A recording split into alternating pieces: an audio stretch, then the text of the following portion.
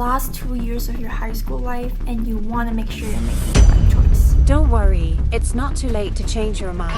As a recent May 2025 IB graduate, I'll be breaking down everything you need to know about IB in this video, the explanation of the program, the pros and cons, and the reality of it. So stay till the end of the video so that you know you're making the right decision for yourself. Now let's get into it. The IBDP stands for International Baccalaureate, which is an internationally recognized educational program that's designed to develop critical thinking, global awareness, and academic rigor. Now, that's the textbook definition, but I don't think that was super helpful. So, in this video, we're going to be focusing on the IB Diploma program and not the middle years program, so keep that in mind. The IBDP is for students aged 16 to 19. It's usually done during the last year of high school. It can be considered as a pre-university program and it lasts for 2 years.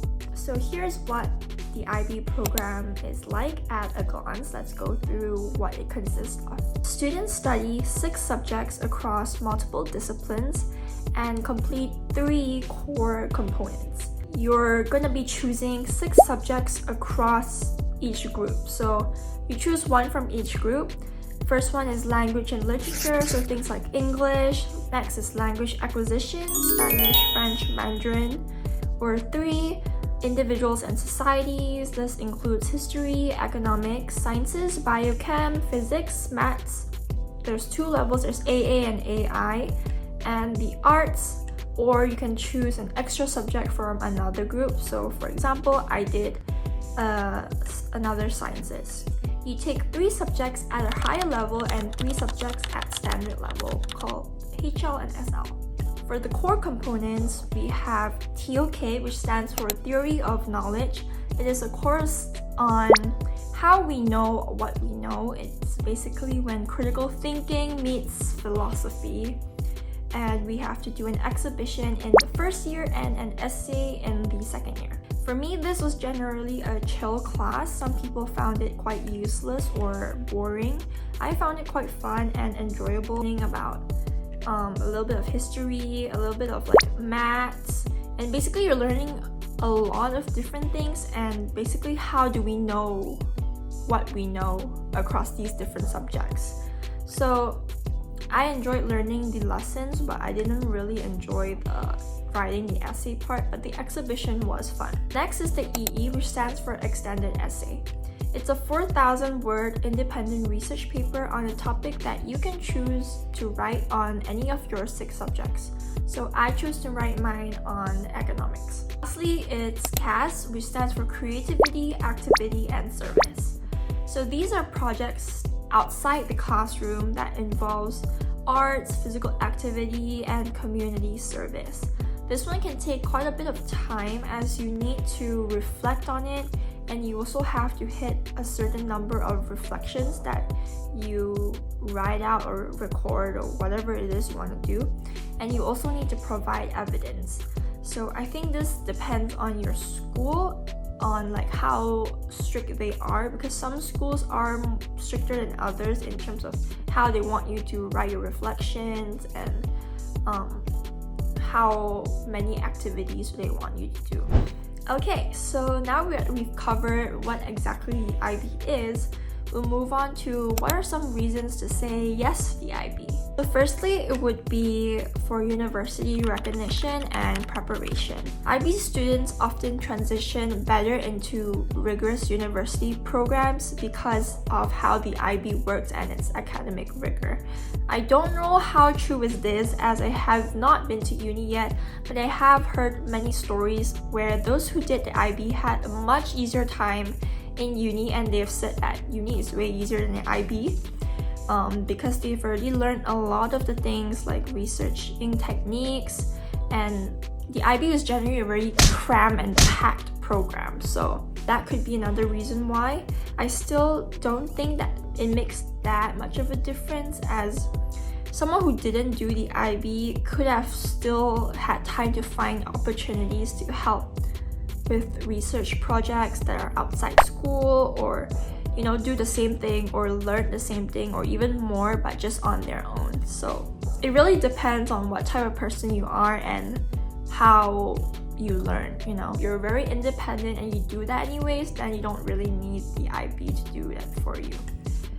Do check with the universities you plan to apply to or the countries you're applying to on whether they recognize the IB program, as I know some schools don't really care if you do IB or another program, and some institutions do favor the IBDP or consider academic rigor as part of their admissions.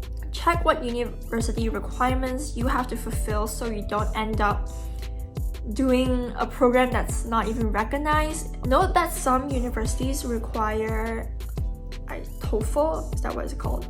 Or like some English tests, which may be waived if you do the IB, as we're required to do English. Also check what other tests you might need to study for, as in the midst of IB, you might have to do like SATs or other tests for your universities. I did my SATs during the summer break, so not really like in the middle of classes, but I still did not have much time to study for it because of all these stuff going in IB, as I still had to do my coursework during the summers. So do take that into account. Now, the second reasons why you might want to do IB is because of its holistic and well-rounded learning approach.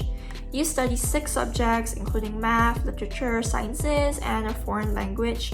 So one of the reasons why I chose IB was because I didn't really know what I wanted to do as my intended major at the time. And when you're applying to unis, they typically ask for your intended major, which you might have to write an essay for or like related activities for. So you can't just choose like any random major, right? And I know some schools don't allow you to like switch majors after you picked it, so that's why it's an important decision to make. Different majors may require different subjects to be taken in high school. So once again, check with your universities and the school that you're applying for. Look at what subjects they require for different programs. So that's where the IB might be helpful in a sense, because you're taking 6 subjects, so you can cover more subjects that your universities might want you to have, you know what I mean? So like the subjects I took and were provided by my school was Chinese BSL, English Lang and Lit ASL, Economics HL, Physics HL, and Math AHL, and Chem SL. So as you can see, my subjects were pretty varied, and so will yours be, as we have to be varied, right? And this allows more flexibility if you're not sure which path you want to go to. And generally, the sciences and maths are more common subjects that unis require. So do check with your universities and also your schools, because some schools might not offer certain IB subjects that you want to take. Back onto the holistic approach, with the addition of like the TOK, the CAS, the extended essay, this all helps build your critical thinking skills, and also the IAs, by the way, and global awareness in students that would contribute to your all-roundedness, I guess. In IB, you kind of have to be good or decent at everything. So if you're a specialist over a generalist, then this may not be for you, but I'm not saying that either is better or worse. Now, the third reason I would say is that the IB really trains you to grow, to develop some skills that you might not have if you did not go through it. So because of its emphasis on like critical thinking, essay writing, independent learning, the IB really tested my time management skills, as I was someone who still wanted to pursue my other hobbies while taking the program. So I think some students who really wanted top grades had to sacrifice their social time or their extracurriculars to study for the IB. And whether or not you want to do that is up to you. Both is possible. I'm not saying that if you do IB, you cannot do anything else, but the IB does make it quite hard to do a lot of things outside school, especially if they are things that take up a lot of your time and energy. However, the IB trained my independence as well. As for me, my EE was the first time I really had to do like a research project kind of thing. So it gave me a lot of experience in, reaching out to different people to do my surveys or collecting first-hand data, primary data. So the video kind of cut out, but it's the next day and I'm going to continue making the video. So as I was saying, going through these like tough experiences will make you learn how to be better problem solvers, and so that you won't crack under pressure next time. For IAs, you also don't get much guidance from your teachers, so you're pretty much doing all of this independently, which can be stressful, but also prepares you for learning on your own and making mistakes and correcting them.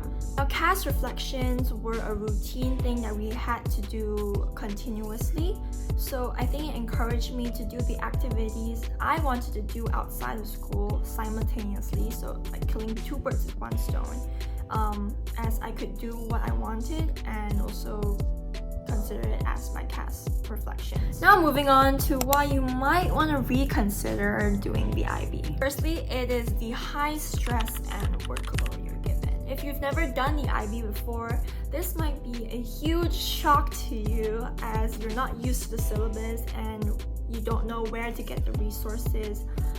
IB doesn't really provide that many resources as compared to other syllabus like A-levels or something.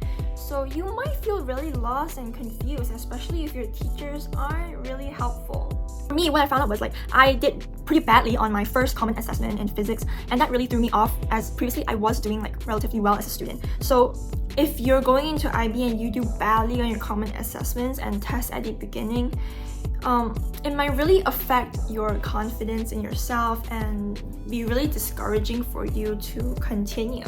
The workload is pretty intense with the internal assessments, the EE, and your internal deadlines, all these kind of things that you will be pretty stressed out. Your school may have their own internal deadlines for you to meet, so it's not like you have 2 years to complete all of this coursework. You kind of have to do them in between your 2 years so that you are done with it. But this is also up to your school. So basically, you always will have something to do if you're an IB student. You're not going to be completely free at all. And everything that you do also counts to your grades.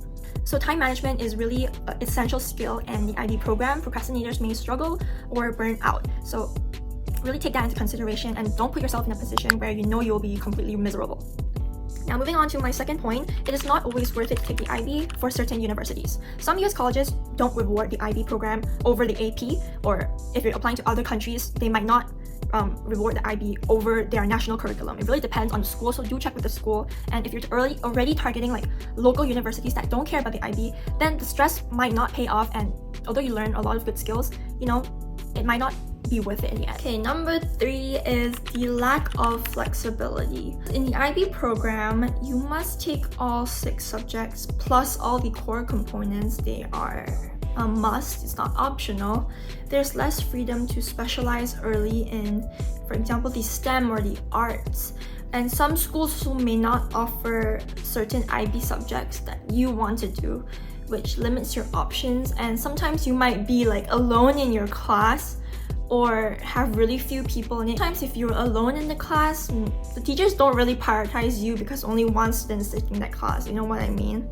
For some people, they don't want to take subjects that they don't care about, for example, math or English.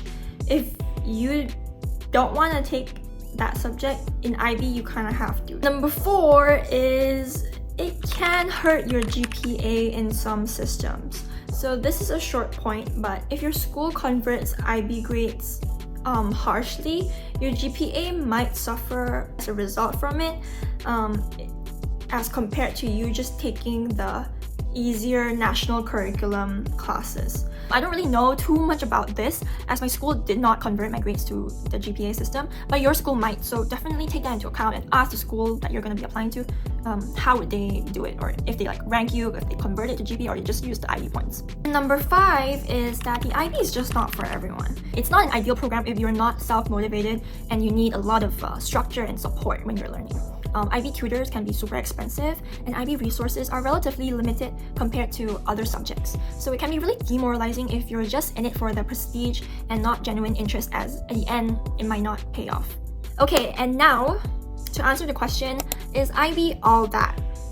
Well, the IB aims to create inquiring, knowledgeable, and curious young people. who are ready for university and life in global society. Now, do I think that they achieved that? Not really. I feel like IB as a concept is great. It's good for those who are already very interested in the subjects that they're taking, and possibly more suited towards those who already have had experience with the IB. For example, you took the IB MYP program, for example, you might have an easier time transitioning to the IB DP. I do feel that the IAs and the coursework made us much better writers and taught us how to format a proper essay or research paper / report, which are skills that you will have to learn in university. So we've learned that earlier, and it encouraged us to be more curious and apply our knowledge to the outside world through our IAs and whatnot. However, it is a lot of pressure to put on students to be curious and do well on everything in such a short amount of time, while focusing on 6 subjects and 3 other core components, plus the IAs. And that's not an easy task to do. And applying to colleges, they want you to be holistic, they want you to have extracurricular activities, they want you to do so many other things, you might have to sit other tests as well. So altogether, it is a lot to do as a student. Those of you who are very active outside school and don't think or aren't willing to sacrifice that time for academics, maybe IB isn't so much for you. If you're someone who needs that push to do more activities, then maybe IB is good in the sense you can use CAS, TOK, EE, IAs as opportunities for you to explore your passions and join the club that you wanted to join. Do put it on CAS as well, and to think critically and creatively for your coursework and whatnot. So it can also be like motivating you, as you have to do it, but you want to do it as well. If you're someone who's already disciplined and very clear on what path you want to take, maybe take some other less time-consuming programs so you have more time to focus on your personal projects. It could also go the other way, where if you are disciplined but you don't really know what you want to do, the IB could be a great fit for you, as it lets you explore many different fields, right?